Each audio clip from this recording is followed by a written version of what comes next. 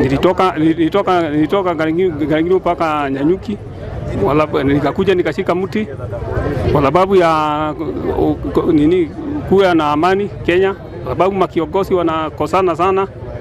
Ndio mimi naomba amani, na ninashika mti hii siku 4.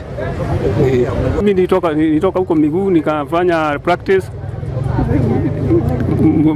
Mwili sio baya, ndio nikafanya practice. Mwili sio baya. President, nataka maana kuwe na amani 2027, kwa sababu makiongozi wanakosana. Ndio mimi nashika mti, nakosa kukula nitakosa kukula siku 4, kwa sababu makiongozi wanapigana sana, fitina mingi. Ndio mimi nashika mti, hakuna maana nyingine.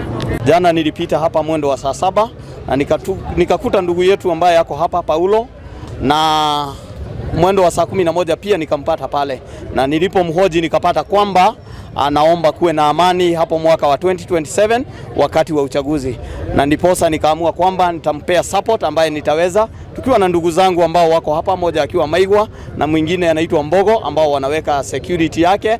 Na nikipeana ka historia kidogo ya Somalia, wamejaribu kurudisha amani kwa takriban miaka 40, na kwa sababu hiyo ndiyo sababu imemfanya Paulo kuwa hapa, pia mimi nikamuunga mkono kwamba tuwe na amani katika taifa la Kenya.